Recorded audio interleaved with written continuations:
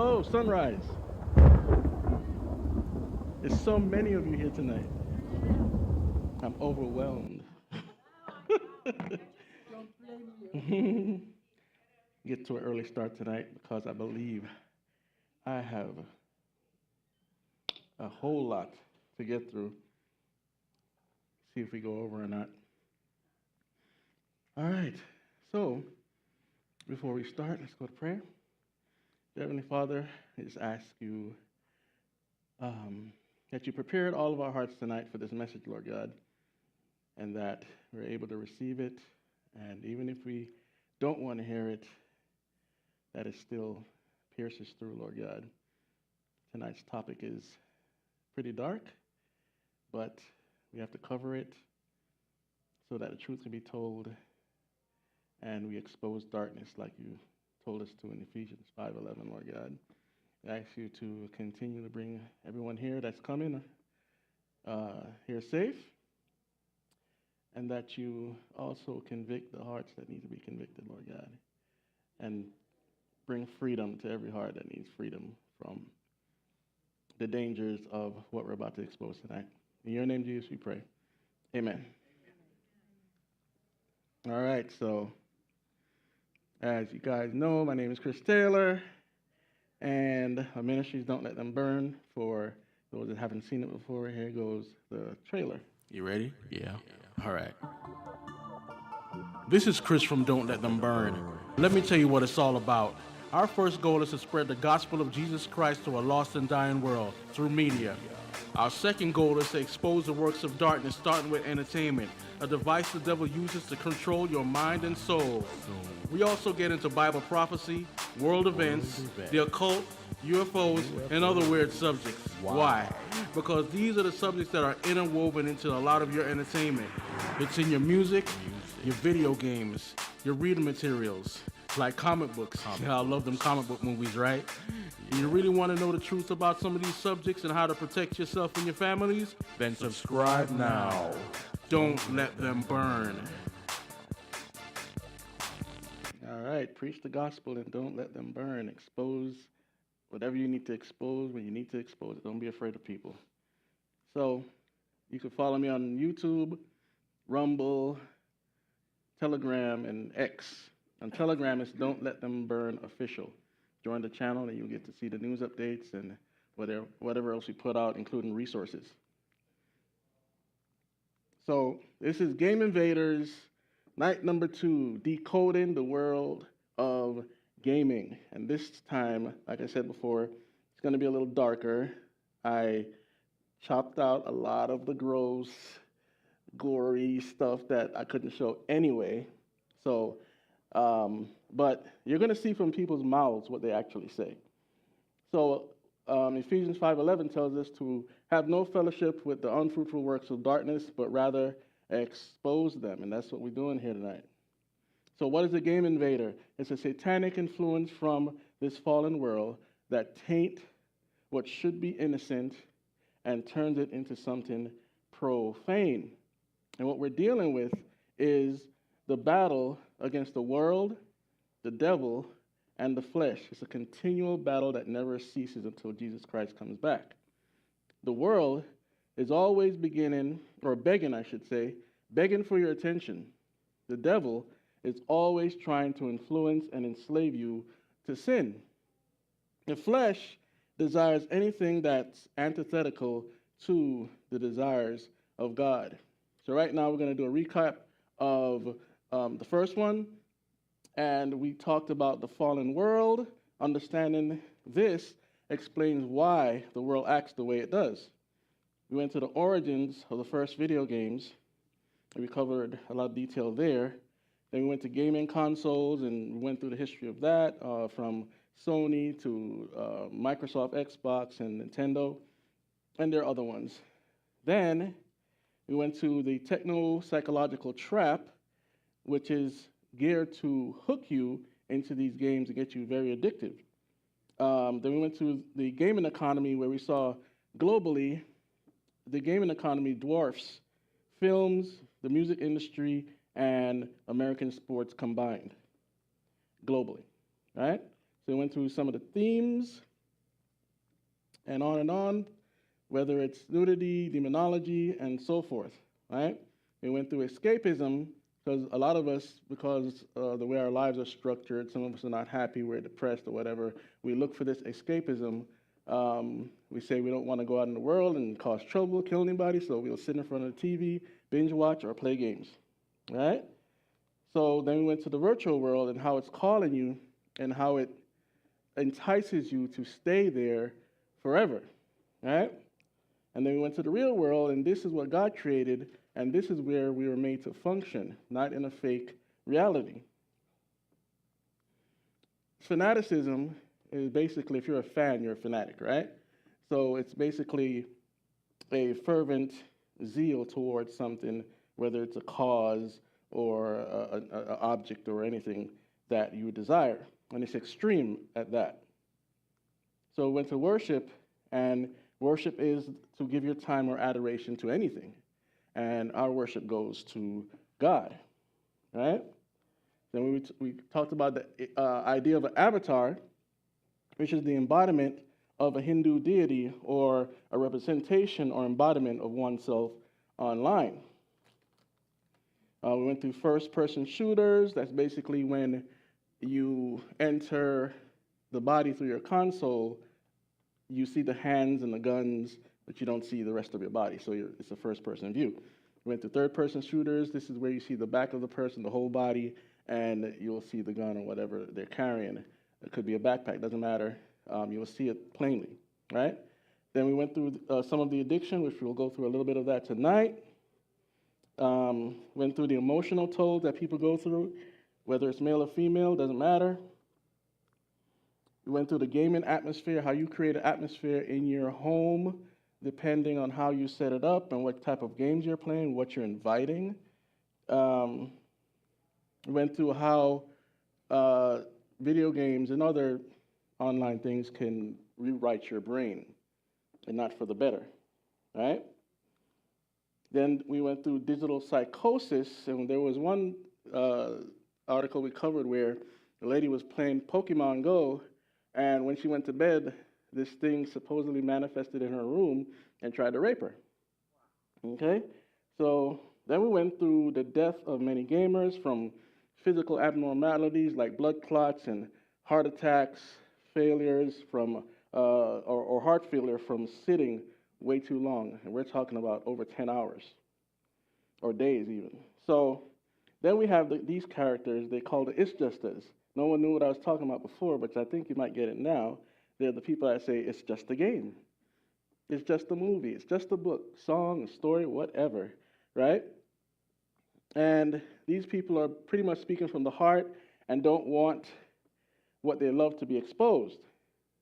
And this is not legalism. This is just the truth. Exposing something doesn't make you able to put rules around people. It's their choice what they do after you tell them. So these people will say, you want to suck the fun out of everything, which is not true. I have fun. I might play a game once in a while, but I'm not addicted like I used to be. And certain subjects I stay away from. The facts are being revealed. We have to wrestle with the truth and make up our minds about how we honor God in everything we do. Some people ask, if I don't believe in demons, ghosts, evil, etc., they can't hurt me, correct? Just because a demon doesn't show up doesn't mean it's not there. Doesn't mean the influence isn't around you. Doesn't mean the people that made a certain game or whatever isn't influenced by them, right? So, and it certainly doesn't mean they don't exist.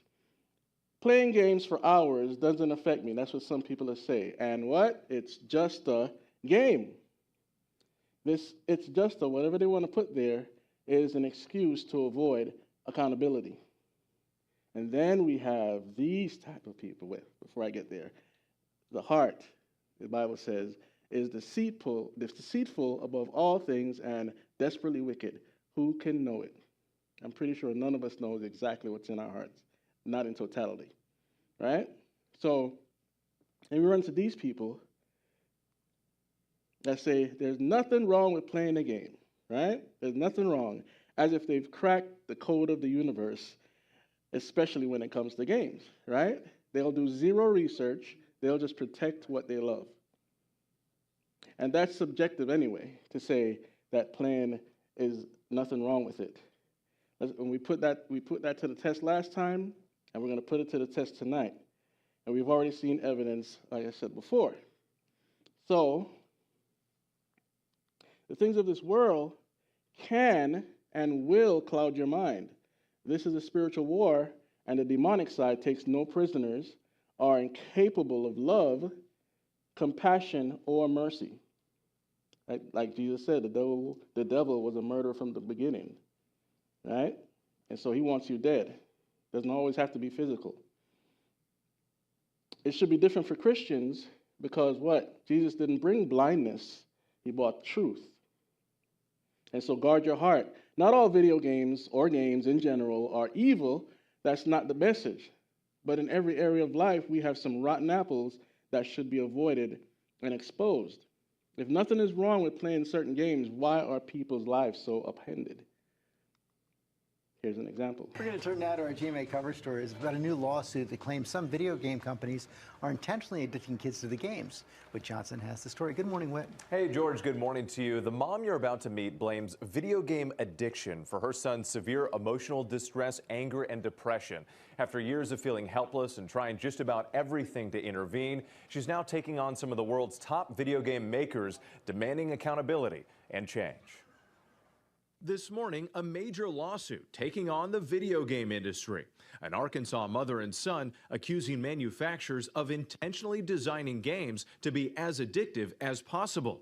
I spent a lot of nights crying, thinking that I was a bad parent because of it. Because if there's any other parent dealing with this, I want them to know they're not alone. 21-year-old Preston Johnson and his mother Elizabeth Jones claiming in the lawsuit that the games he plays, including Fortnite, Roblox, and Minecraft, are specifically developed and designed to cause the addiction experienced by him and other users. That's our goal, to make the video game industry defendants accountable for what they've done to the youth in our country.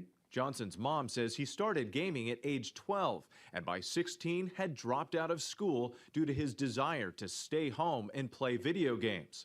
The lawsuit claiming as a result of gaming addiction, he's experienced severe emotional distress, loss of friends, inability to limit game playing time, depression, withdrawal symptoms such as rage and anger. At one point, I took away the modem altogether, and he went downstairs and screamed so loud, the neighbors called Child Protective Services because they thought I was abusing him. Internet gaming disorder is listed as a condition by the American Psychiatric Association, and experts say the diagnosis would depend on the level of distress it causes. Someone could be playing video games a lot, but it might not impair their functioning or cause an impact on their relationships, whereas someone else might be playing video games a lot, and it could really cause financial ruin or really hurting their relationships.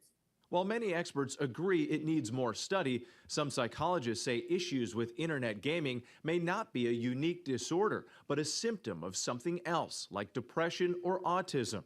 The Entertainment Software Association, speaking for the gaming community, telling ABC News, the industry invests in creating easy-to-use tools for players, parents, and caregivers to manage numerous aspects of gameplay. Claims that say otherwise are not rooted in fact and ignore the reality that billions of people enjoy playing video games as part of a healthy, balanced lifestyle. Preston's mom says his life has been forever altered. When he started playing these games, I had no idea that these multi-million-dollar gaming platforms and games were going to create an addict out of my son. I never knew it would destroy our family. Preston has not completed high school. He's not able to work a 40-hour work week. He doesn't interact with family. He doesn't have friends. He's a bit of a recluse, and the family cannot get him to engage with them. Now, the family's attorney says they're suing for monetary damages to help cover Preston's medical care. Gaming disorder is recognized by a number of groups now. All right, so nothing's wrong with it, right? Ask that kid. All right, so let's continue where we left off last time, exploring more deaths among gamers. Here's another video. Gaming Bolt presents people who died playing video games. Gaming is a massive industry, It delivers massive games with incredible worlds that draw millions of people in for hundreds of hours. However, despite the incredible fun to be had, gaming can be deadly if not done safely. Here are people who died playing video games. 650-hour play session kills 33-year-old Korean man. The binge to end all binges. An unknown man in China died after playing video games for straight 650 hours, or 27 days. Over the course of this incredible feat in gaming endurance, the player ate and drank very little, and what little he did eat was mostly comprised of ramen noodles. While the gaming marathon ended tragically, there's no denying this man's love for gaming. South Korean man plays StarCraft for 50 hours. StarCraft is a worldwide phenomenon, with millions of people sinking billions of hours into an addictive RTS. In 2005, a South Korean man named Lee Sung-seop became enamored with the sci-fi series to the point of obsession. After losing his job to his addiction, he sat down with his troops for a whopping 50 hours. He had been sitting in an internet cafe for almost 2 days. He was reportedly about to go home when he slumped over in his chair. Player murdered over in-game item. After completing a gargantuan quest in Legend of Mir 3 with 750,000 players participating, 2 players won an incredibly rare in-game item. These 2 players were known as Kui and Zhu, and they did not exactly see eye to eye on what to do with the item. Zhu, perhaps against his better judgment, sold the item online for a hefty sum. Kui did not take kindly to this, and in a fit of rage, stabbed his former friend repeatedly.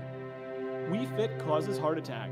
Exercise is usually seen as a positive, but when Tim Eves was playing Nintendo's popular exercise game Wii Fit, he tragically died. While jogging on his balance board, the 25-year-old scout leader collapsed. He was declared dead before he even reached a hospital. It was suggested that he might have suffered from a heart disorder, which could have been worsened by the physical activity. WoW player commits suicide in order to transcend the game. World of Warcraft was the biggest MMO in the world for many years, and some players got lost in the virtual world of Azeroth. Zhao Yi was a 13-year-old player who began to think that if he died, he would be united with his online guild members. Before committing suicide, he left behind 4 notes, each written from a perspective of one of the 4 in-game characters. He then jumped from a 24-story building, plummeting to his death, and hopefully, his companions. Chris Staniforth died playing Halo Reach for 12 hours. Halo Reach marked the end to Bungie-developed Halo games. The UK gamer Chris Staniforth was so excited he sat down and played the sci-fi shooter for 12 hours. This extended gaming session was just long enough for blood to clot in his leg to travel to his lungs, killing him. Player basically lives in the internet cafe until death. In Asia, internet cafes are extremely commonplace. It is where the majority of computer gaming takes place, and as evidenced by this, where a lot of fatalities take place. Dungeon Fighter player Wang Gang had dropped out of college and quit his job to live in a cafe and play games. According to reports, he practically lived there until his untimely death. Yeah. Awful, right, Corky? Yes. Yes, sir. So, the obsession is real. Now, it's not everybody, but a small group of gamers, whatever that number is, they have an addictive personality, like the one person said, depression, anxiety, and all these other things that come with life, right? So the next one is a mother shoots son over video game argument, faced charges in Atlanta. In a shocking event in Atlanta, a mother is reported to have fired multiple shots at her 17-year-old son during the heated argument revolving around a video game console. The console isn't revealed. This incident raises new questions about the role of video games in our society and the potential for them to incite violence. Now, this person, though, has a long rap sheet. Aggravated assault, all sorts of violent acts. Is that me? Oh. All sorts of assaults and a big rap record. And so her outrage is not new. However, this was over a video game. This one, the dad punched and killed the baby son because he was angry he was losing a video game, right? Clearly, he had problems before he killed his son, right? And it says, a Kentucky man accused of killing his 1-month-old son by punching the infant out of frustration over losing in a video game was sentenced to 20 years in prison after pleading guilty to manslaughter, according to multiple reports. In May 2019, Anthony Trice, 32, of Louisville, was alone at home with his baby son as he began losing a video game. He threw the controller and struck the child with his fist. The father then picked up his son in an attempt to quiet him, but dropped him, and he walked to the kitchen to prepare a bottle. Propped his son up in a seated position and stepped away to use the bathroom, police said. But he returned to find the child in distress, according to the citation. It goes on, but of course he was lying, and he killed his son. So then we have a man allegedly threw 8-month-old at wall because he was losing in NBA 2K. This one is in 2023. This is a wallpaper of the game. Very, very, very popular game. I think they bring one out every year. Yeah, they do. So it says the mother noticed, this was a very long story, so I had to truncate it. The mother noticed that the child was making noises. She went to work and came back home, okay? In his crib, when she came home a second time, according to the affidavit, the baby was allegedly struggling to breathe and his right arm was twitching, so his mother picked him up. She told police that White started getting angry at her because he knew what he did, and asked where she was going and told her to give him the child. But she took the boy and her father instead, to her father instead. Her father told her she needed to call 911. The child suffered from 6 broken ribs, a broken collarbone, and multiple skull fractures, according to the hospital doctors. They told police that they did not believe the boy would survive, according to the criminal complaint. Furthermore, police said that White admitted that he threw the child against the wall because he was losing in the game NBA 2K by 2 points. So the next one is children addicted to video games are attacking their parents and taking away their consoles make them more aggressive, expert warned. Now, I try to really truncate this one, but it's so good. So parents shouldn't take away consoles from children who show signs of gaming addiction because it could lead to physical violence, and a psychologist warned. So it can become a police matter when kids lose access to gaming. The center recognizes gaming addiction as a disorder. It's seeing teens who are gaming up to 14 hours a day. Children are hooked on Call of Duty, Fortnite, FIFA, Angry Birds, Warzone, and Minecraft. By the way, Warzone is a sub-game, it's a part of the Call of Duty franchise, but you could play it totally separate, right? But no game is necessarily more addictive than any other. According to the center's founder, it has dealt with 745 patients since it opened in October 2019, including 327 last year. And this article is not new, by the way. So most of the patients referred to the center so far have been teenage boys, although adults suffer from gaming addiction too. By the time they see us, parents have tried everything, Professor Bowden says, right? Their immediate response is to take everything away. Take the gaming console, take the laptop, take the phone, which leads to aggression and violence. But in terms of the child, to the parents and the child's siblings. You see, you gave them the drug, and now you want to rip the needle out the arm. They don't want that, right? Once violence takes place, it's a traumatized family. The National Center for Gaming Disorders helps assess and treat people over the age of 13 who have difficulty controlling their video game use with therapy. Minecraft, again, FIFA, Grand Theft Auto, Pokémon, and Fortnite are some of the major titles that have caused addiction issues and led to referrals since the center was launched. But mobile apps like Roblox, Angry Bird, Clash of Clans have also sparked referral over the past 4 years.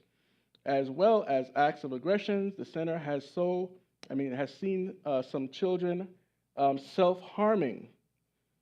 And this is an old pagan thing as well. The cults used to self-harm, cut themselves, and all sorts of stuff. But anyway, when they have their console taken away, saying they'd rather be dead than not game, Professor Bowden said, right?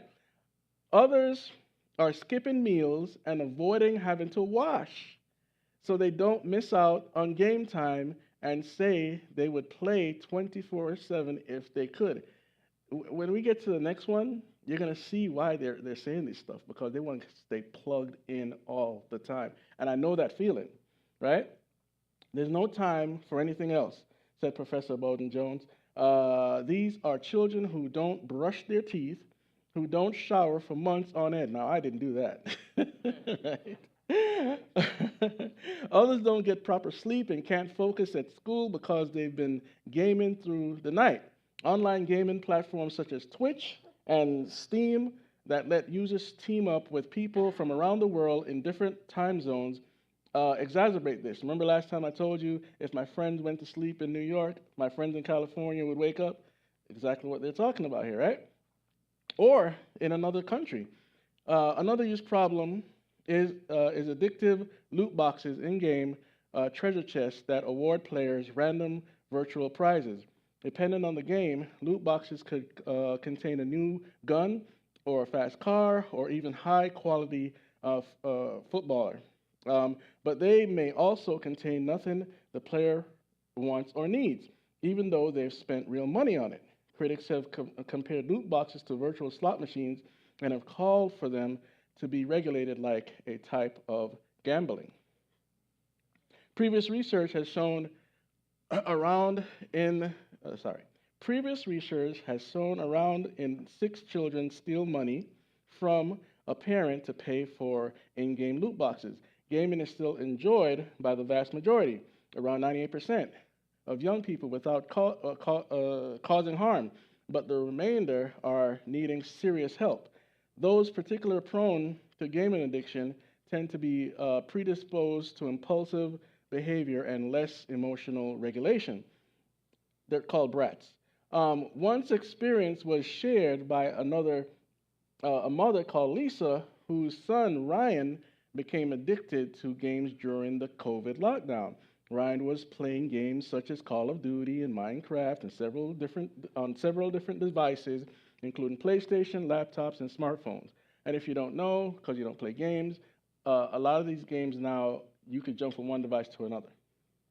It's not all like that, but if it's a PC game or a Mac game, you could jump from one device to another. He was 12 when I first noticed gaming was becoming a problem, and it got worse during the lockdown. Lisa told Times he would be gaming 24/7 if he had his way. And that's how serious it is. So this is from a reader of the same article. Kids with gaming addiction is not the fault of the kids. It's their parents to blame for not enforcing restrictions early on. I have a 6-year-old daughter who has been taught she can play on the PS5 only once a week, on the weekend for a few hours. When it's time to get off, she sighs in disappointment naturally, as she has lost track of time with enjoying the game, but still does as told, without violence, without threats, nothing. How is this so? Because discipline was instilled in our daughter earlier on. Parents of today are too gutless to say no to their kids, wanting to be friends rather than parents. When they wonder why, their kids behave the way they do, and this is true. I warn parents all the time, don't just hand your kids devices. It messes up the way their brain develops and other issues, right?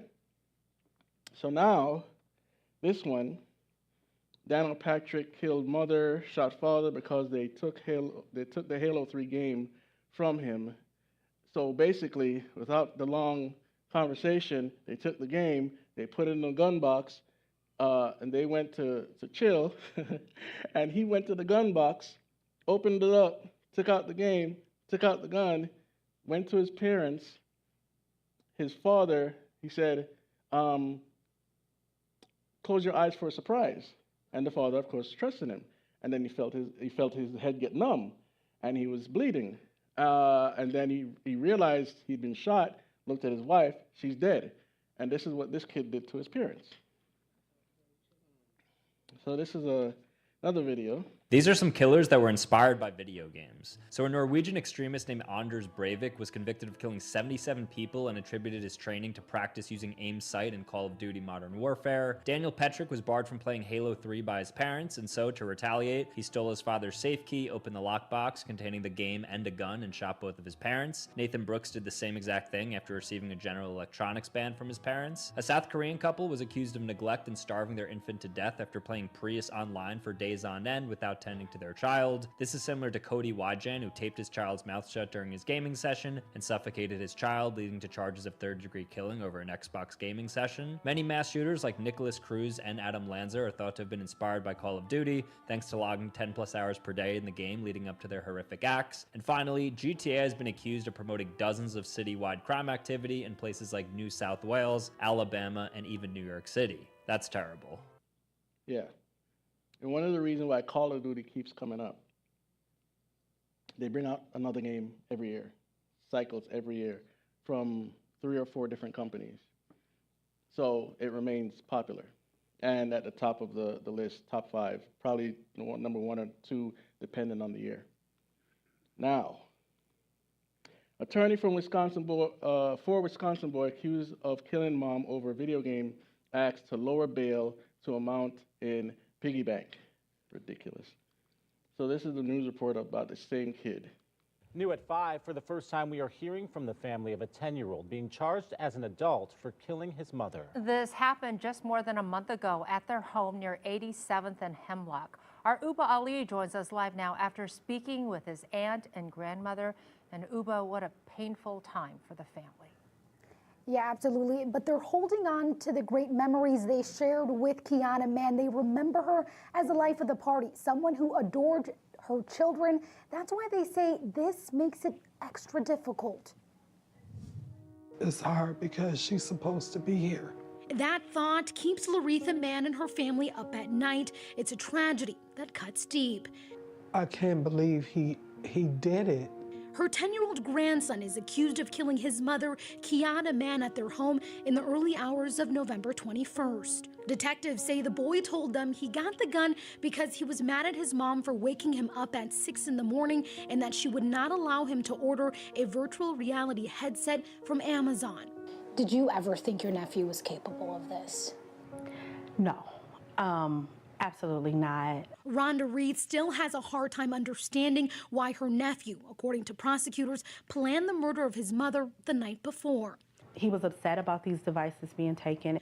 Rhonda says her nephew started going to therapy more than a year ago. He was diagnosed with mood and conduct disorder, and part of his treatment plan was to limit his use of electronics. Do you think he, as a 10-year-old, understands what he did?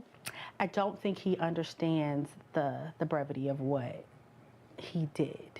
From juvenile detention, Rhonda says her nephew has told her he's blocked out what happened that morning and shifts the conversation. When he calls, he's just like, make sure like all of my tablets and my laptops and everything that is mine is properly packaged. Do you think he should be charged as an adult? That's a really difficult question. I do understand how they were able to come up with that type of charge. He needs to pay for what he done. Rhonda believes the best place for his safety and for others is in jail, but with help. No matter what happens with him, I'm not sure that in this state that he would receive proper care anyway. Both women say there is no closure in a situation like this one. There are no winners in this situation.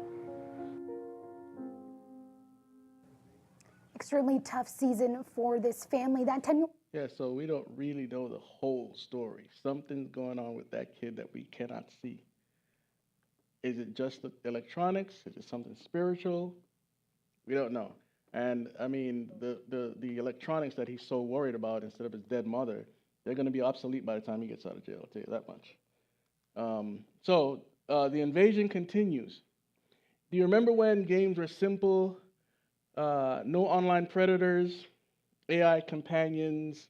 We didn't worry about demons and devil worship. We weren't subject to pornography in our games. Sometimes playing games would be a family event. The times have changed and the influences has as well. We are being flooded with evil, and most people can't make sense of it. Listen, the gaming community is like a microcosm of our reality. We just don't understand unless you're in it or in some of these online forums and really get to know what's going on. In fact, when I had the, what was it, PlayStation 3, I believe, they just introduced a new room where people could, dress up and do whatever they want and go into different rooms and chat or whatever. And my daughter and her sister was on the game, and my brother was like, "Chris, I can't believe you let them go." I'm like, "What?" You got adults in there. I didn't know. I had no clue. So we got them off the game, and they never went back on. So that brings us to this. So this is a game called Roblox, very, very, very popular among younger people, and unfortunately some old people too. When I say older, I mean whatever age, okay? Now, this is a short video of the creator of Roblox. 10 years ago, the world lost Eric Castle, the co-founder of the Roblox Corporation. Most of you may have heard of Eric Castle, but might not know much about his story. In this video, I'll be going over just that, from his very beginnings at Roblox to his tragic passing from cancer. This is the story of Eric Castle.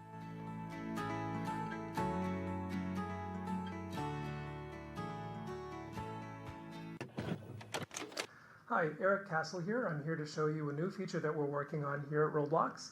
It's an upcoming feature in development, so this is a really early prototype that I want to demonstrate to you, and it's pretty fun. So let's start by going into a little place. Here I am. And this place has another feature in it, which isn't ready yet, but is also going to be showing up, which is water. You can see I have a lake here in my terrain. And I'm going to walk over to the edge of this lake. The story of Eric Castle begins on December 16, 1967, in the Golden State of California, USA. Although he never shared many details about his early life or family, Eric Castle was passionate about learning computing and programming in high school. After graduating high school in the late 1980s, he went on to get a degree in science at Cornell University in New York. Shortly after graduating college in 1989, Eric met David Baszucki, who at the time just founded a company known as Knowledge Revolution, which was a company that developed educational software for teaching physics. After seeing the company's potential, Eric Castle flew out for an interview to work with David. During the interview, Eric presented a piece of software he developed while studying at Cornell University. Eric and David kept in touch, reminiscing about how their interactive physics product was used more for fun than it was for learning and school.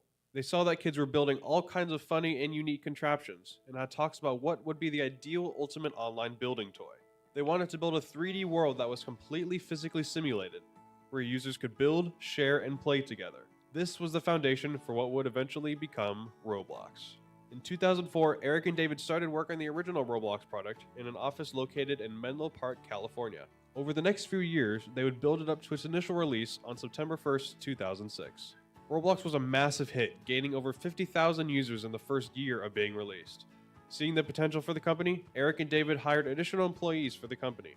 Eric and the team at Roblox would continue to work and build features and tools to build the platform to its full potential. However, early into Roblox's development, Eric Castle hit a roadblock. In 2010, he was diagnosed with brain cancer.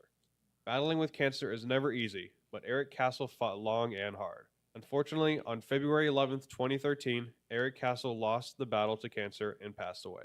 To celebrate Eric's memory, his two children, who are still active on Roblox to this day, made a memorial place that anyone could visit to pay their respects. 10 years after his tragic passing, we continue to honor the legacy and impact he made on what the Roblox platform is today. In an interview with Bloomberg last year, when asked about what Eric would think of what Roblox has become, CEO David Baszucki had this to say. You mentioned your co-founder, Eric Castle, earlier, who died tragically of cancer in 2013. If he was here today, what do you think he would think of the Roblox that Roblox has become? Wow, I think he'd be proud. It's a good question. Yeah. Like, I think he would, his both of his sons have worked at the company a bit. So yeah, I think he'd be very proud. Seems like you miss him. All right, so Roblox is a billion-dollar company. Just to give you, remember, there's 3.9 billion people around the world every day playing video games, right? So what's wrong with Roblox? I'll get to that in a second. So this is a trailer just to give you a little bit more animation about the game. This is Control. Give me a go, no-go for launch. Boosters. Go. Guidance. Go. Launch team. Go. Go. Go! Peta. Think that was a go. We're cleared for liftoff. 10, 9, 8, 7, 6, 5, 4, 3, 2, 1. We have liftoff.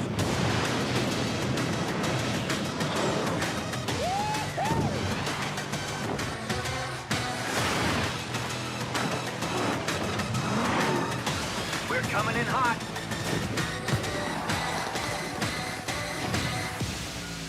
Losing altitude. Prepare for impact.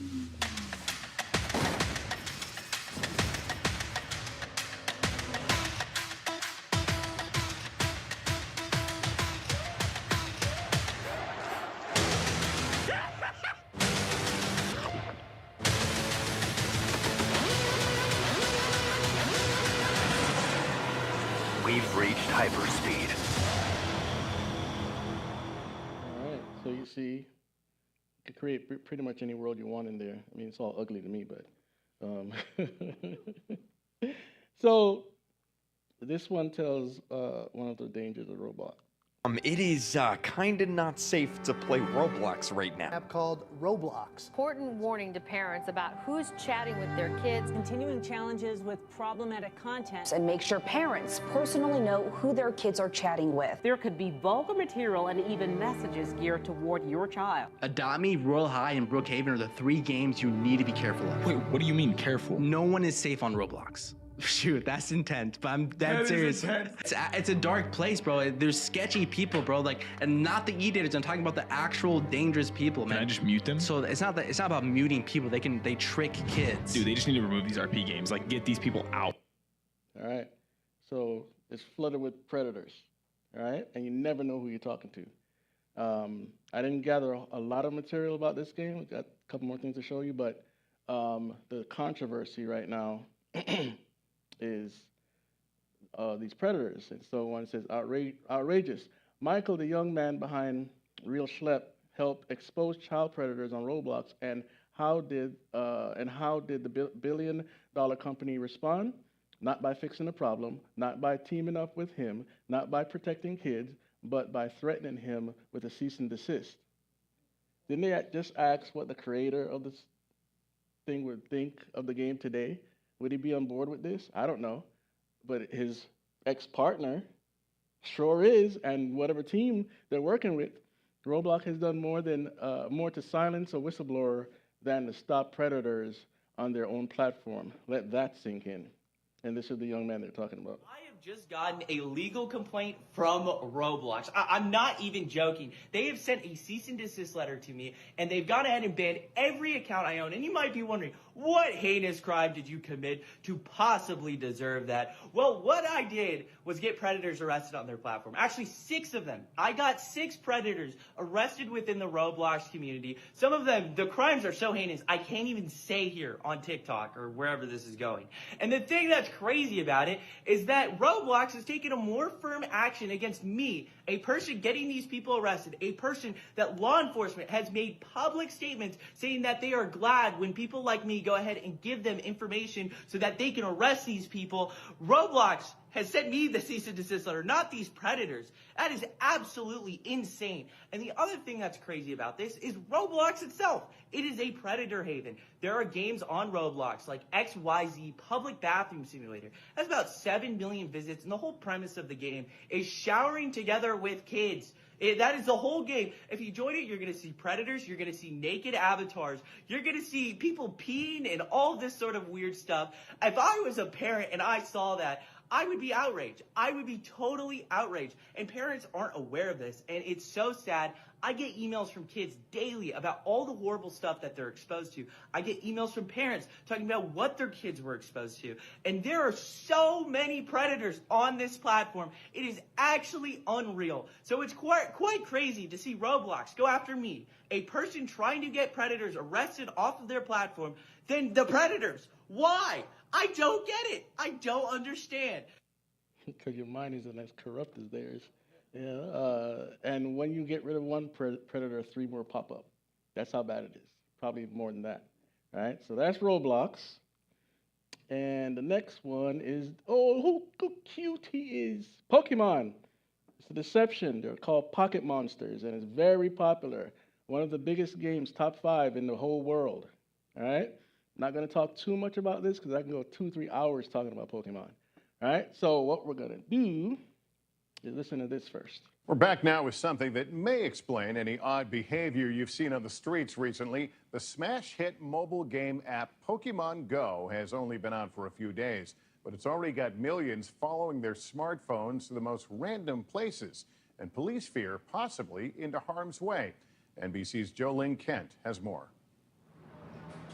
Gotcha. Pokemon fever is back, and it's everywhere. Nostalgia hits in, like, I'm a kid, I need to play this again, it's real life. Well, he texted me like 30 minutes ago saying, let's meet up in Hollywood to catch Pokemon. Trying to catch them all, you know? It's blanketing Los Angeles hotspots like Hollywood and Vine, attracting hordes of players to venture outside to Central Park in New York City to stare at their phones. Pokemon Go is a free augmented reality game you play on your smartphone. GPS technology places animated monsters inside in the real world around you. Then you flick this ball here to catch it to move on to the next level. Gotcha. Police departments across the country are cautioning against driving or trespassing while playing. In New York, a warning. Don't let Officer Manello and his new partner catch you. Don't catch them all and drive. Pokemon characters are also showing up in unexpected places like the delivery room and next to police at a protest in Oakland. But not all encounters are peaceful. Outside of St. Louis, these 3 suspects were arrested for allegedly using Pokemon Go to lure unsuspecting players into armed robberies. In Wyoming, 19-year-old Shayla Wiggins stumbled upon a dead body face down in a river while playing the game. I wanted to go get a water Pokemon, so I just got up and went for my little walk to go catch a Pokemon.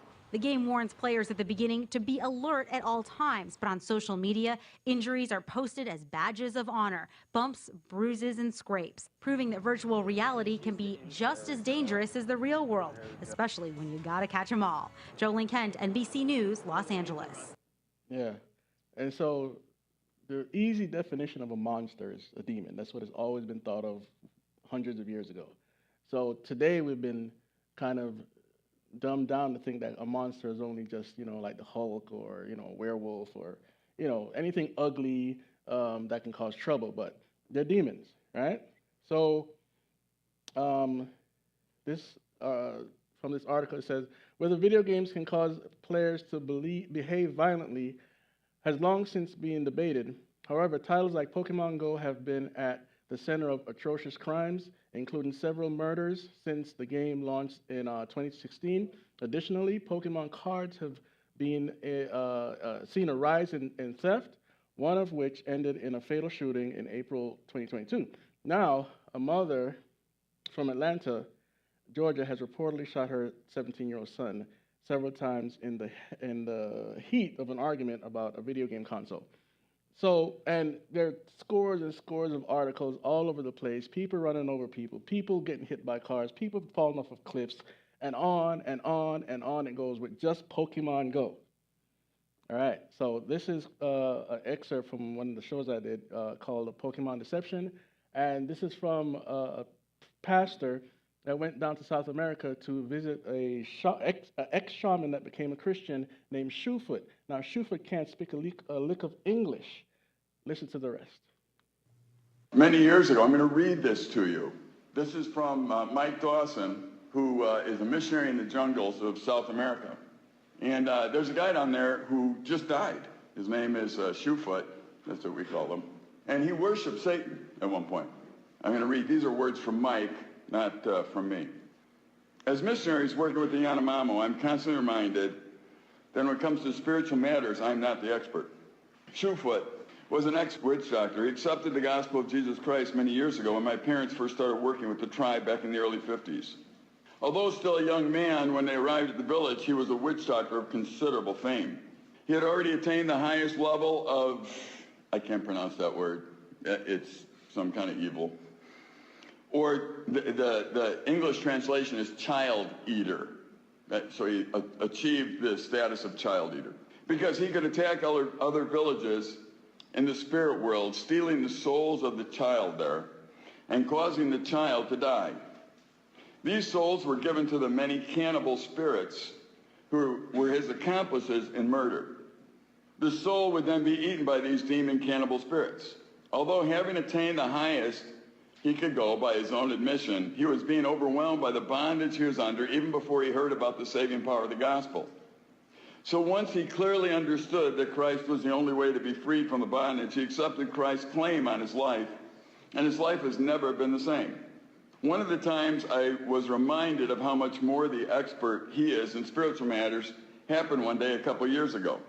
We had been in the jungle many long weeks with no mail from home, and a plane landed bringing us a package. I was excited as I took it home. Look, on a package from Wakanda Free Church. I gave her the package. She opened it up. She was as excited as I was. Enclosed was a book. Now that in itself was a big enough disappointment because I wanted some real mail, like maybe a box of chocolates or something. But when I saw the cover, I was even more disappointed. It was a book on Pokémon cartoon characters.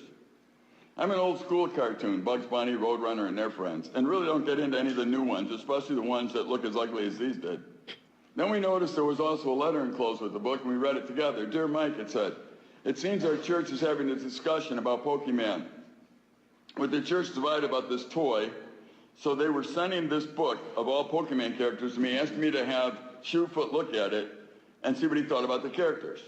Well, that was more interesting than just having a book of ugly cartoons for the boys. But to be honest, this was pretty low priority for me. As a matter of fact, Kayla had been asking me for weeks to watch a videotape of these same cartoons that our son Steven really liked. She claimed his attitude really changed after watching these cartoons. I told her I would really planned on watching it with him, but we're extremely busy in the jungle, and I hadn't had a chance yet. But to be honest, I did not place much importance on the book. But one day when I was talking with Shoefoot, Kayla remembered the book and ran upstairs and got it. She handed the book to me. Opening the book at random, showing him pictures, I asked, what do you think of this? He looked at it and said, oh, I know this one. He suddenly had my attention. He went on this, oh, this is a nasty little Jecula, demon. It is always underfoot, bites, scratches, screeches, and whatnot. I looked at the page, and on the list of attributes, it said bites, scratches, and screeches, and claws. And I forgot what else, but it was as if Shoefoot was reading the page, and he doesn't read or speak one word of English. I figured that first one could have been a lucky guess, so I flipped the page to another picture and asked him about that one, and again, he told me exactly what its attributes were. He did this over and over, so he made a believer out of me. At that time, Kayla ran upstairs, called Steve, and he came down reluctantly, not wanting to hear anything, and determined not to allow anyone to do anything to his cartoon tape. He frowned slowly, disappeared as he listened to Shoefoot describe the attributes of each cartoon that he knew. By the time he was finished, Stephen went upstairs, brought his tape down, and he and Kayla destroyed it. So he made a believer out of Stephen as well. There were some he did not recognize, and he said, there are so many demons, it's impossible for any one person to know them all. Then he added, tell the people from your churches, tell the people from your churches that if there are things that make them feel uncomfortable, it's probably not good. God's Spirit will speak to them about what's right and wrong. Your people need to learn to listen. Talking to Shoefoot even when he was here, those are the demons. Those little Pokemons are the demons that they give to children. The demons that work with children. Don't get comfortable with these things. That's right. Don't get comfortable. And it's hard to believe that somebody created a game and every single character, if it's so, is based off of a demon that hunts children. Okay? And there's this craze, I don't have a picture here, this ugly-looking, demonic-looking toy everybody's getting. It's a charm. It's called a boo-boo. It's all over the place. And the minute I saw it, I was like, no. It has a nice evil grin on it. I'm like, why would you even like that? But anyway, so the next thing, so video games in many ways are like movies. You see a poster, a picture of a dude or a woman or whatever, a group, and you're not told what's in the movie. You're just given a tagline, "Love lasts forever" or something like that, right? And then when you go in, you might see nothing, or you might get ambushed by some lesbianism or something. It's the same with the video games. And so right now we're going to talk about the woke invasion of the alphabet cult. You know what they're called. And we're not going to stay too long on this because, again, this one can go on for 3 hours because the assault on us for the last 10 years have been outrageous. So back to Call of Duty, or wait a minute, this one is, here are 30 alphabet people video game being released in 2023. And it listed a whole bunch, and it was all, you know what, right? So this is Call of Duty. They started, this is Modern Warfare 3, they started putting trans and everything, all sorts of flags in the game, right? This is for the guns. It makes no sense, but to them, whatever, they're promoting their little agenda, right? All the flags in the game, you could pick, you know, whatever flag from the country you're from, but now you're going to pick a flag of your gender. And some of this relates to trans issues and pedophilia and blah, blah, blah, all the rest of the stuff, right? And there goes the trans flag that you would put, you would claim the flag, right? And there are other ones too. It's about 20 or 30 of these flags for things that don't even exist. And then they put the trans bullets on put the painting on the bullets. Makes absolutely no sense. That's how you know it's demonic, right? And this is, I don't know who she is, but they made a character out of her for the game, which is clearly a lesbian, right? And then this is what people are saying online, going to cause some gender issues with well-placed rounds right in the family jewels. With these rounds and a few chuds, you can actually attack bigots in the game with pride ammo now. Bro, I would love to blow bigots' heads off with trans bullets. Kill the haters with the gay bullets. Ranged estrogen injection. I've transitioned you to dead, right? I mean, the internet, you're going to find all sorts of stupid comments, but it just shows you people's mindset. Now, this is The Last of Us. They have The Last of Us 1, Last of Us 2. They have the TV show and season 2, which was an abysmal failure. All it did was promote, you know what. And so, but the game, she has, you know, all these lovers, you know, and this one on the left was translated from the game in season 1. And so you don't know if you have, it doesn't have to be kids. If you have a console in your home and people are buying these games and you don't know what they're bringing into your home, you wonder why they change so much regarding their sexuality or whatever else, right? And this one is called Horizon Forbidden West, and I can go on and on and on and on and on with these games, but I'm just picking some of the popular ones. Forbidden West, this is Aloy. She's the main character. Mighty Hunter, and you know, all that stuff. And then in this game, it's finally realized, because they gave hints about her sexuality, and then, you know, they get closer, and so, and females love this game, by the way.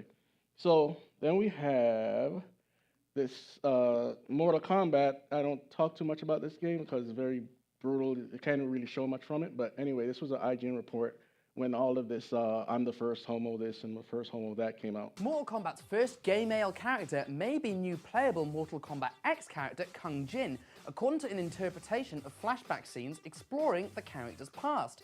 One particular flashback scene in Chapter 4 features Raiden urging Kung Jin to join the Shaolin monks. I can't, they won't accept, Kung Jin says, with Raiden responding, they care only what is in your heart, not whom your heart desires. Yeah, right. NetherRealm cinematic director Dominic Scianciolo confirmed the theories, tweeting, I see people are picking up on the subtle exposition contained in Kung Jin's flashback. Glad we have observant fans.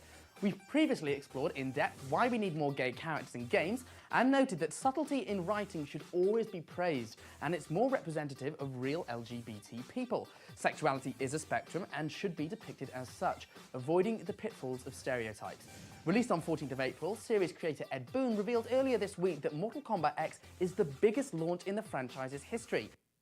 All right, so these companies hired activists, communists, that got into their gaming companies as consultants, okay? But one is called Sweet Baby Inc., and this is about turning everything in the games upside down. They don't want women to look pretty. They don't want men to be men. They want them to be softer. They want to push black identity and on and on and on just to change our reality, right? So that's one company. And then there's one called Black Girl Gamers, which are just black communists, and they push all sorts of agenda there. You see, it says it heightens black women's voice in gaming and advocates for diversity and inclusion and blah, blah, you know the rest, right? And so that's what a woman looks like today in a game. All right, now it's slowly changing because gamers have pushed back on this stuff, and the gaming companies who could spend $80 million on a game to develop it or more are losing that same money year after year. So here comes what I warned you about earlier. This is the start of the darker themes that we're going to talk about tonight. Okay, so don't be dismayed. Relax. I didn't put too much of it in there, okay? So we're going to talk about the demonic themes, the survival horror, the fighting games, and some of the mindsets behind them. So this one came out in the early 2000s called Mind Hunt. I'm not going to show anything from this except for the cover, but a friend of mine brought it into my apartment one time and started playing it. I said, well, what are you doing with this game? You know, when the killer is strangling a person, it sounds like they're really killing a person. I said, that's gross. Turn that off and just take it out of my house, you know? So that's Manhunt, and it's one of the games that people tried to ban back then for PlayStation 2. Now, this one is a trailer for, you know, everybody wants to become a god and they want to promote it and all this stuff. That's what this is about.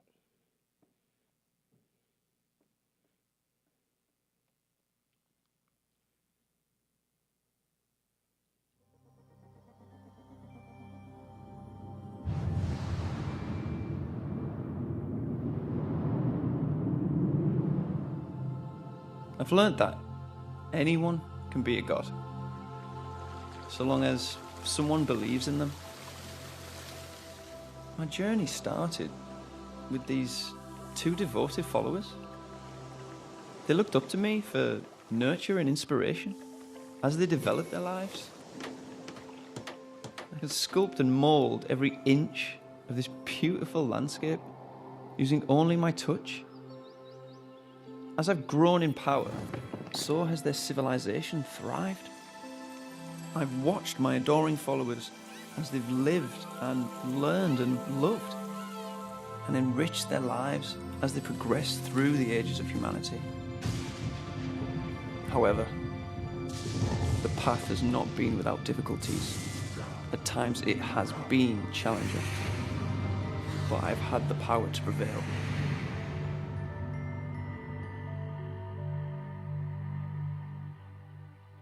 I like that. Becoming a god through a virtual world. Yeah, right.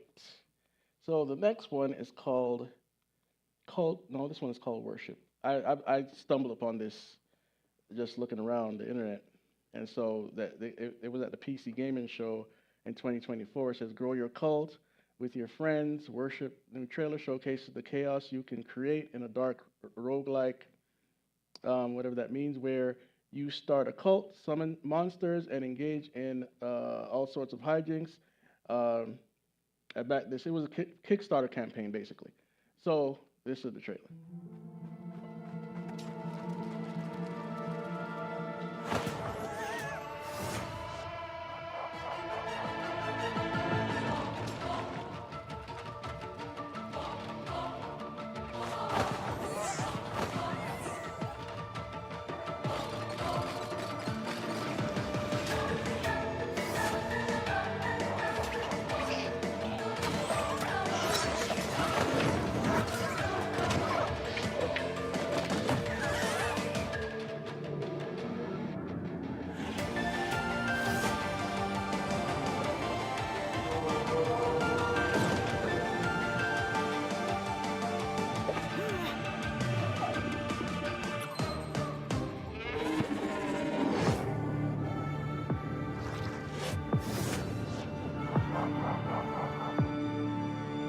many of you would let your kids play that one?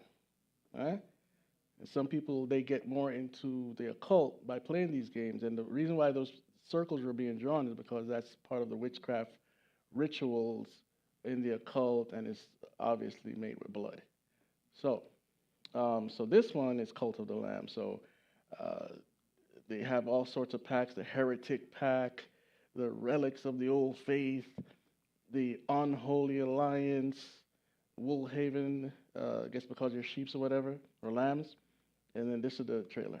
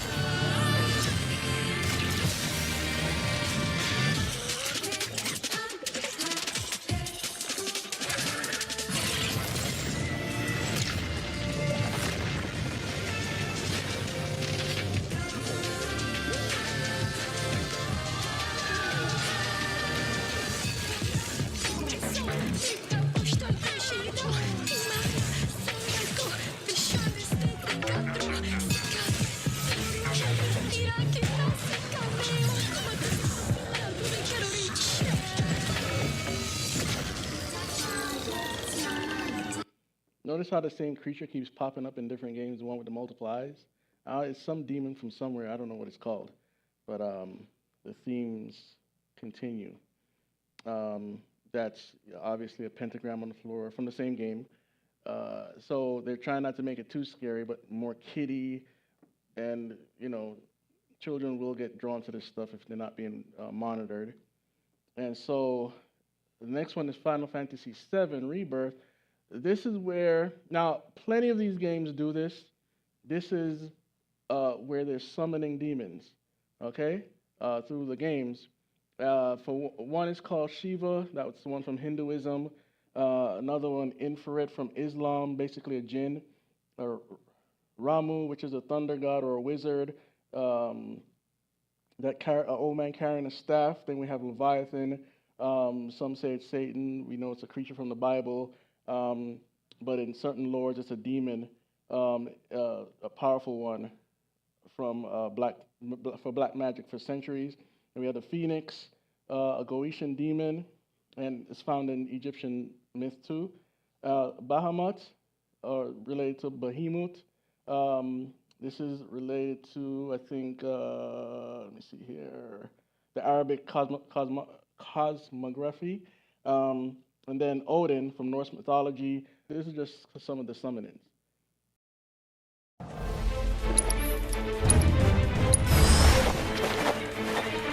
Hope you're ready.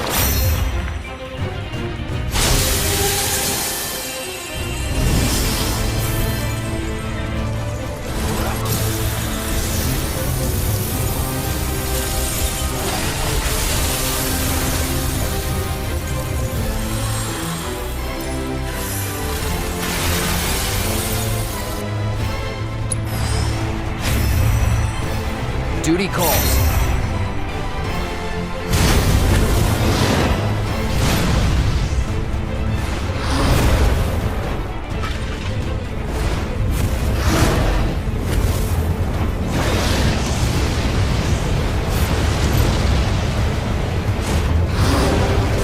I believe in you.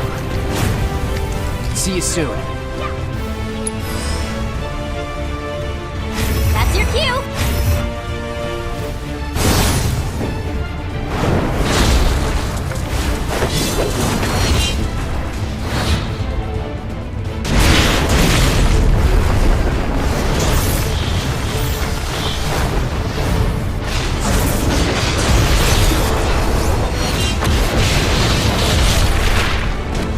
You stole the show.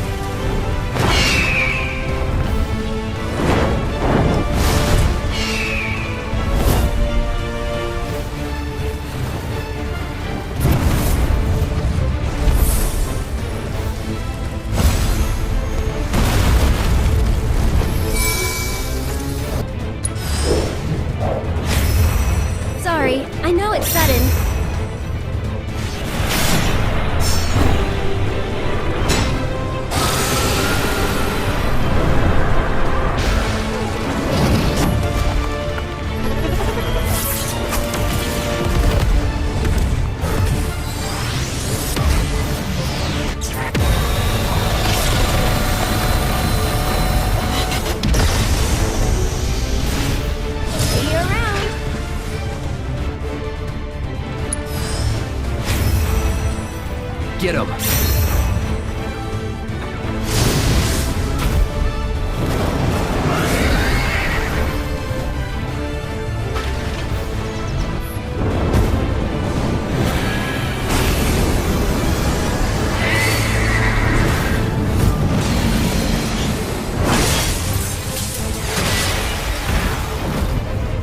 Keep it up. So they go on to Gears of War, and this one is basically another third-person shooter. We're not really going to look at the game, but we're going to look at the mindset of the people that make these games.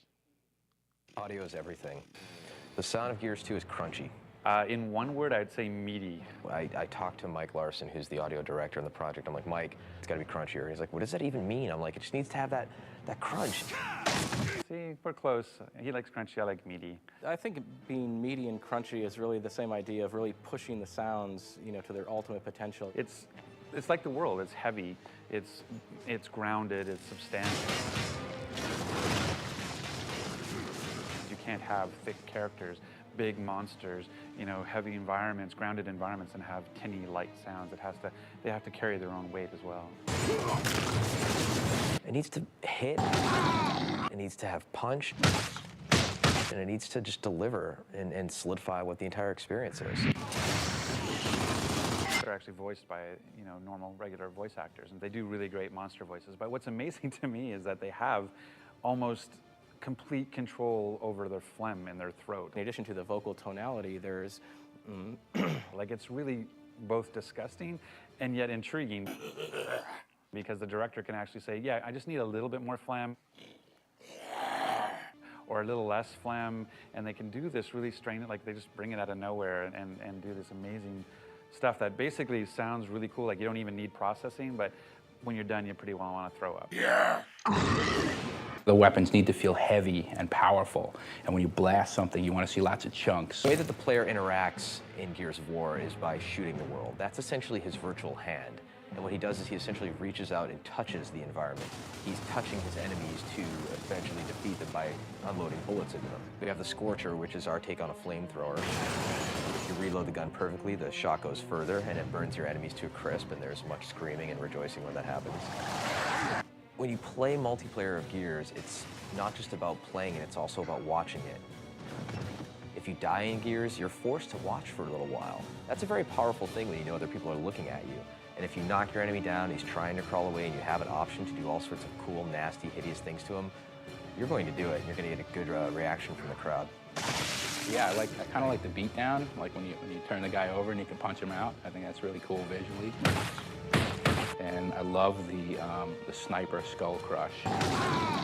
He just takes that sniper rifle, swings it over his head, and you can just flatten dudes. And we want to make sure that the player still feels like what he's doing in this universe matters. Nothing says I'm doing damage more than just seeing a blood effect come off of them. And so we've been doing that. Even our bigger creatures, we actually added gore skeletons so that when you can shoot them, you can actually have things fall off of them. And you can just blow guys up to smithereens. We'll see entire chunks coming out of them. The pieces fall around and they're floppy, and they're not, they don't just sit there and hang out, right, and then fade away. They flop around and leave blood splats everywhere. We use the term intimate violence to describe Gears of War. Even though we've sort of grown the scope of the combat and sort of bigger weapons as well, we still have these sort of intimate moments with the combat. It's like that old sort of cowboys and Indians feeling in the woods. It feels really personal and really intimate. Running away won't help! So you see the mindset of the people that make these games. And I could have shown you one person, but I wanted to get you a variety of interaction there. So that's Gears of War. The next one is from Clive Barker. There were these series of movies back in the 90s called Hellraiser. I'm not going to show you anything from those movies, but this is someone that previewed the game, and these are his reactions to it. Clive Barker's Hellraiser revival didn't just impress me for being an incredibly accurate representation of the Hellraiser franchise, but also has the potential to be a pretty rock-solid survival horror game. We have such sights to show you. Having played about 40 minutes of Clive Barker's Hellraiser revival, I have 4 big takeaways. 1, it checks all the most important boxes. It's got sex, it's got blood, and somebody even calls you a feces-covered pleasure monkey. So they're nailing it. Number 3, the production value of this game is impressive. I don't think I've ever seen Hellraiser represented in this fidelity in any way in the movies, and that is for the better. It is cool to see this stuff kind of, I don't know, come to life thanks to the Unreal 5 engine.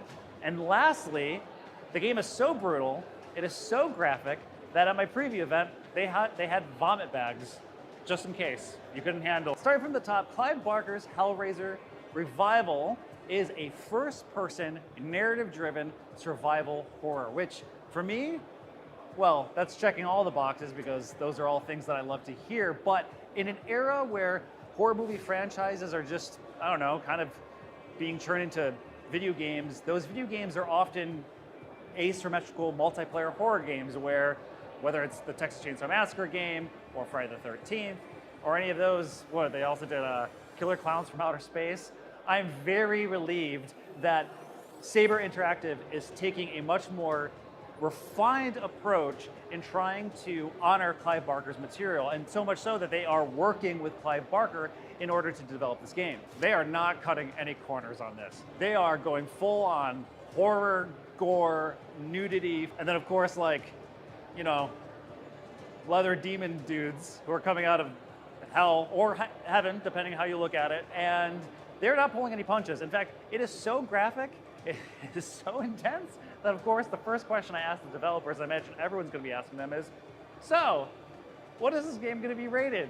Because even if it was mature, you know, they're pushing the envelope here, and you know, it's TBD on what it's rated, and you know, I asked them how willing are you going to compromise on this, and they said they're going to push it as far as I can. Just saw the mind of a lost person that loves this stuff. And the stuff they put in this game, you would only find online in places that you shouldn't go. All right? And so that's that. And this one is called Dying Light. I'm not going to... This is what one of the creators, how they try to promote the game.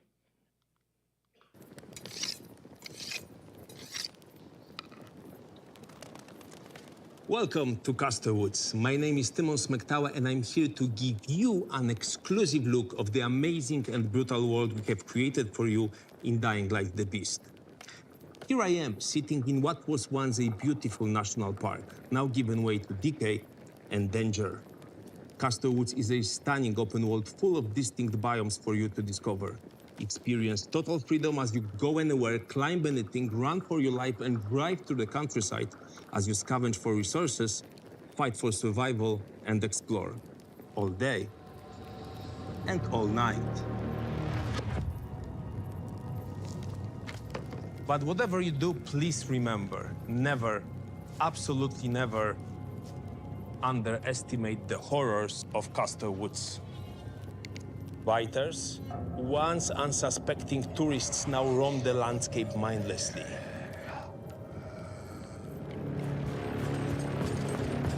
And you will also run into chargers, fast and heavy, so you will have to use all of your tactics and reflexes to defeat them.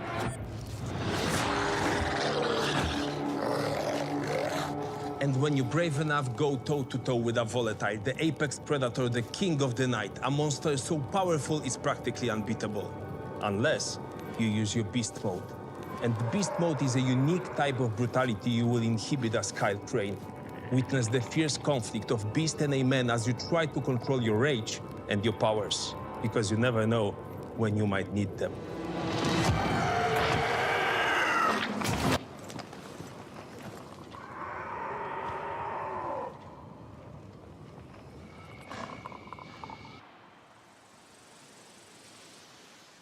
And this is how you survive the night. Keep moving, trust your instincts, and always watch for the shadows. Can't wait to see you in Castor Woods. Now, these games are very, very, very popular. So imagine when they start to come to virtual reality and put on these goggles, or you step into a room where you get to interact with it. Probably have a heart attack or something. This is Doom Eternal. Not going to show you anything from this. Pretty brutal. And then Doom the Dark Age is the new one. But someone made a video 'cause I know some of the story because I watched some of the videos online, but this person pretty much sums it up about some of the characters in the game. Makers, though seemingly angelic creatures, are actually just demons with extra steps.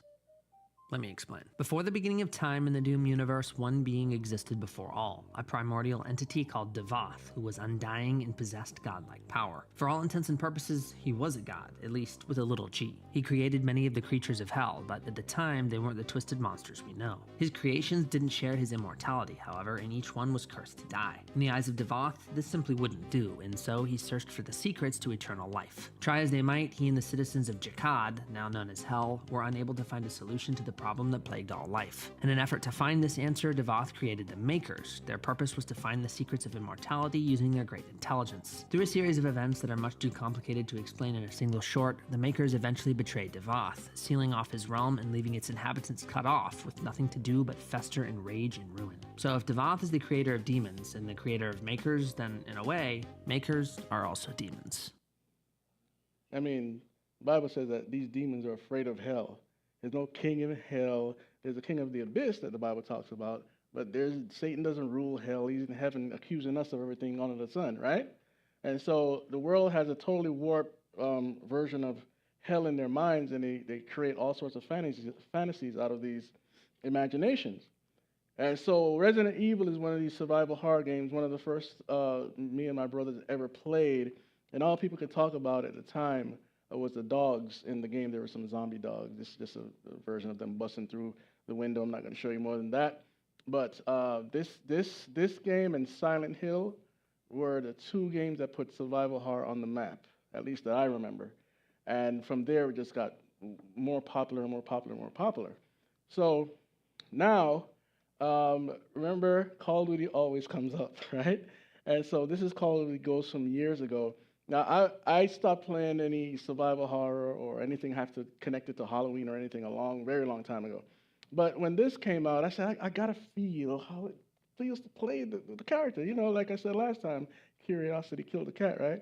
And so they introduced Michael Myers. If you don't know, that's from the movie Halloween, movie series Halloween. Then they introduced the Death Mariachi, which is just an apparition, and it's related to Day of the Dead, which is the Mexican version of Halloween, right? And so this is just a short clip here showing you how the game was.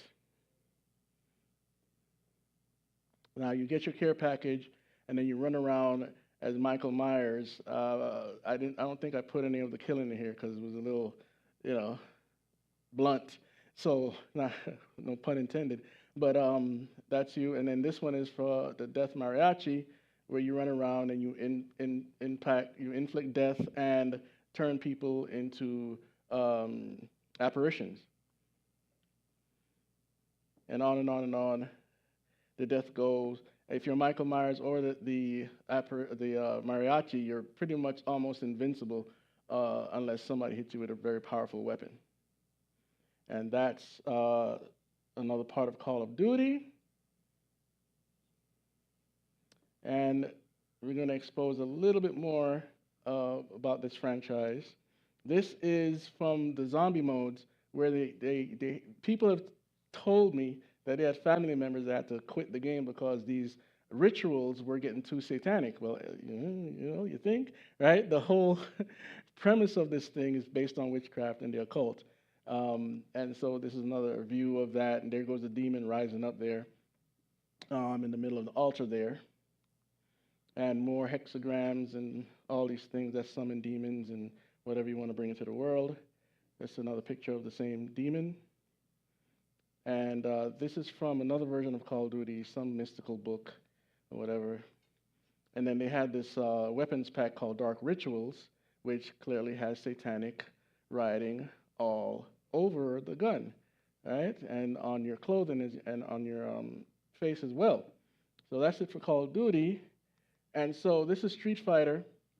Most people, it's a very popular game, but it was more popular to me anyway when we were younger. And so this person is called Dal Sim.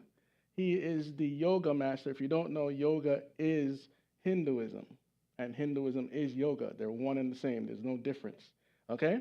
But without getting into all that, this is Shall we begin? Prepare yourself.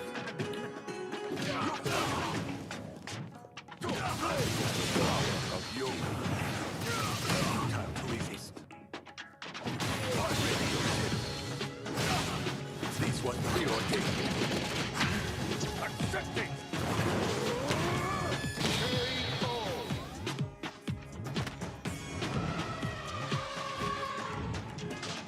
Yeah, and so in the old game, he would go yoga, flame, yoga, fire, because he's using demonic power to bring forth this energy that he uses to defeat his foes. And I can go on and on about more characters, but let's keep going as we get closer to closing here. This is Tekken Tag, and a lot of these games, when you reach the boss, the final person to beat in the game, you end up fighting some sort of demon. Now, one of the characters, the one on the left, is infused with the blood of Satan, which he got from his father. Okay? And so that's one of the bosses there. Actually, I think he's actually fighting himself in this scene here, law versus devil, if I'm not mistaken. Now, this one, you see the werewolf there behind the woman, that's the spirit, or the animal spirit, as they call it in these pagan rituals, controlling her and helping her to win. And this is how it is in martial arts. When you bow to someone, you're bound to the spirit behind them. That's why the movie was called Crouching Tiger. Tiger is the human, hidden dragon. The dragon is the spirit behind the person. And that's how it is in the martial arts, but most people don't know that, so it sounds strange when I say it, right? And so there goes more demons, more devils, and the like, right? You got jinns, you got all sorts of, a lot of these names that you see on the top there are from Japanese or Chinese folklore, the demonic beings, and they got thousands of them, so don't even try to catch up, right? Now, this is Killer Instincts. This is from Nintendo 64. We used to play this a lot back in the day, and they remade it. And so I'm just going to show you two characters, because this game is so popular now that they have tournaments. They travel the world and play this game. So I'm going to show you four of the characters, but two videos.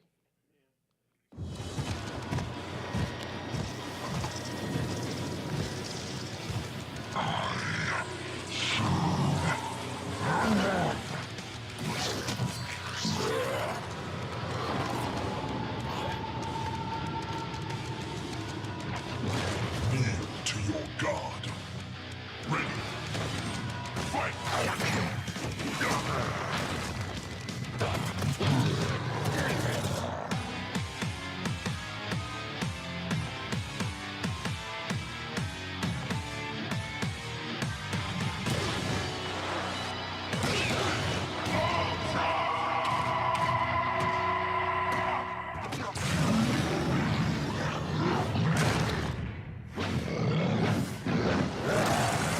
People love this stuff. Now, this next one, remember when I told you how I was oppressed by some demons and I saw it appear in my room? I'm telling you, it's no joke. It looked just like this guy you're about to see it, minus the mask and the claws. It looked just like it. You were to herald my master's return, but you proved too incorruptible. But your conflict gave me strength, and your resistance has given me freedom. Woe to those who stand against me, for I am his herald and the sign of things to come. I am Owen.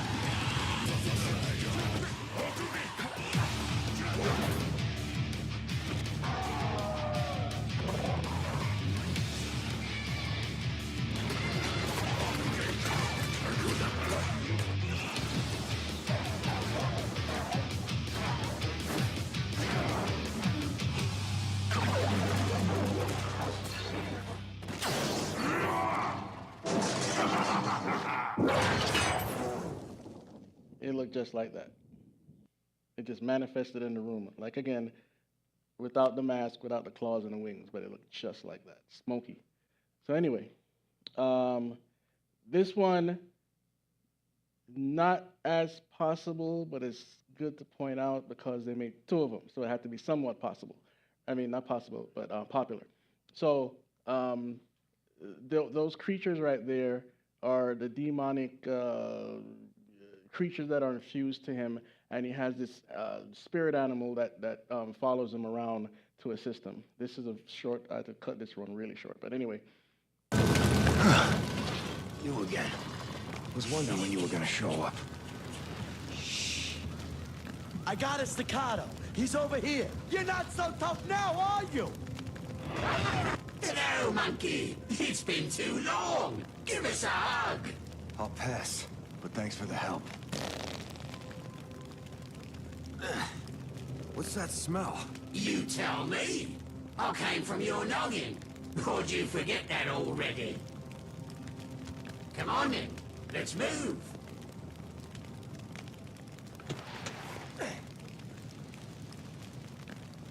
I'm alive. Give us a hand with the door, would you, monkey?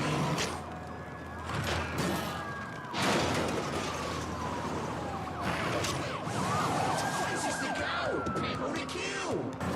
Done. He has to Let's eat keep an hearts eye out for these then, to shall we? replenish himself, to regain health. So it'll just show you the sickness of the people that create these things. So this one, Diablo, we talked about this last time. Obviously, it's about the devil.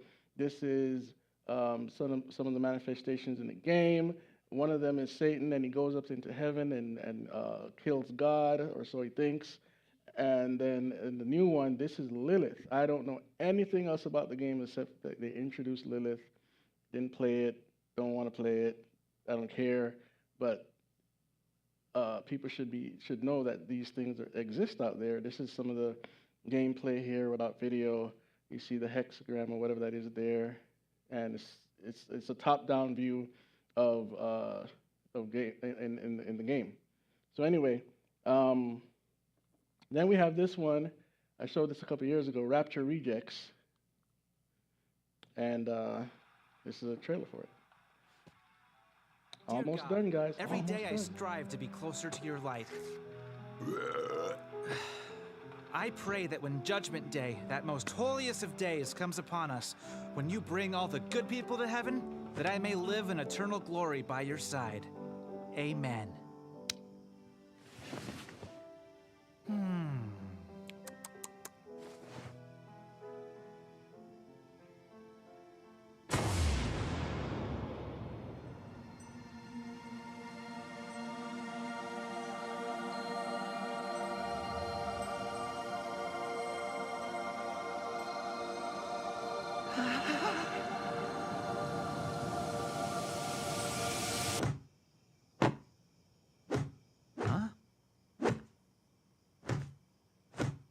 Little help? Thanks, brah.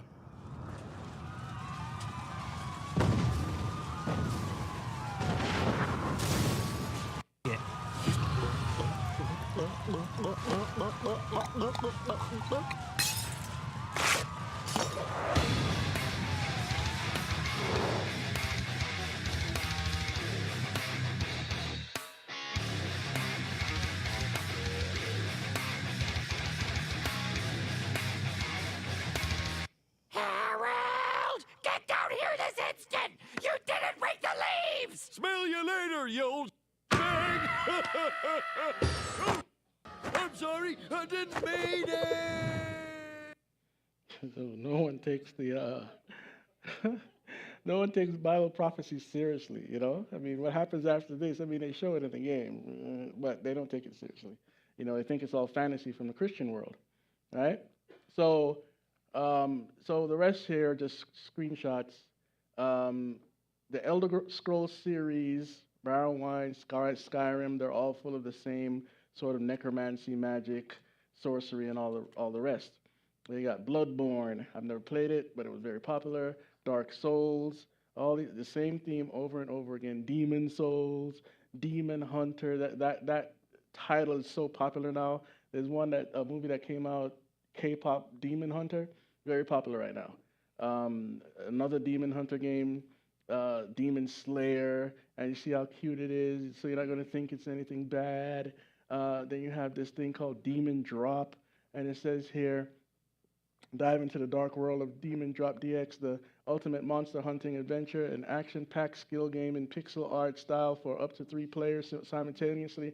Choose your difficulty level and plunge into the battle. Use your magical cubes and tactical skills to combine colors and drive away the creatures of the night. Demon Drop blends the nostalgia of the 80s with the innovative gameplay, bringing the arcade feel back to your living room.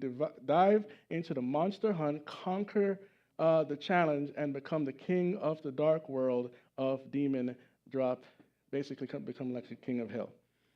And then this last portion is the invitations to hell. What I mean by that? A lot of these games, people want you to spend time in hell. Why not heaven? Oh, heaven's too boring, so we need to go somewhere dark, right? We have Hades, which is built off, I believe, Greek mythology. So they have Hades 1, Hades 2, and you go through hell, fight gods, fight demons, fight all sorts of things, right? Then you have Ride to Hell, Retribution, Saints Row, get out of hell, and no one can get out of hell if you go there, as that's what the Bible says, right? See You in Hell, Hell Hole, which is a add-on for Left 4 Dead, a zombie game. Heaven and Hell 2, Mother Gunship, To Hell with Hell, Overlord, Raising Hell. Then you have this crazy-looking one called Hellmutt. You see anything familiar in there? You see the one over there to the right, down to the bottom? Same sort of eye pattern as the other games, right? It's a very popular demon. And so, solutions. We finally got there.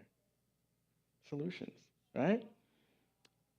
We can't ban these games out of existence. When Jesus returns, all of it will burn anyway, right? We just need to protect ourselves, our families, and educate anyone else that is ignorant to this stuff.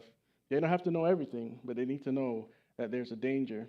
And I could have went on and on and on and on about the same themes in these games, right?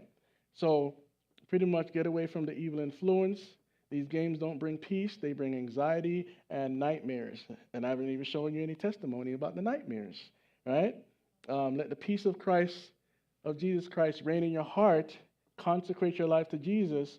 Be disciplined and dedicated to the things of God, and you will be set free as it is.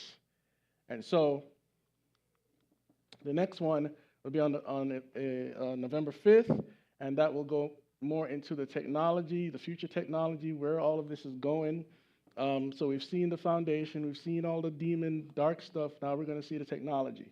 And so with that, if you're not born again in here today, trust Jesus Christ, trust on his work on the cross, and you will be saved. You must be born again. Dear Heavenly Father, thank you so much for bringing us through this message and the influence that it will have after it goes online. Please set people's heart free from all of the, just the damage that they do to themselves with these games, and introduce them to something better, Lord God. And we just ask that you purge our hearts if we're stubborn about the attitude that we have towards what we love so much, Lord God. I used to be one of them. I never thought I would stop playing, but I did because you helped me to do it. So we just thank you and praise you and give you all the glory, Lord God, Jesus.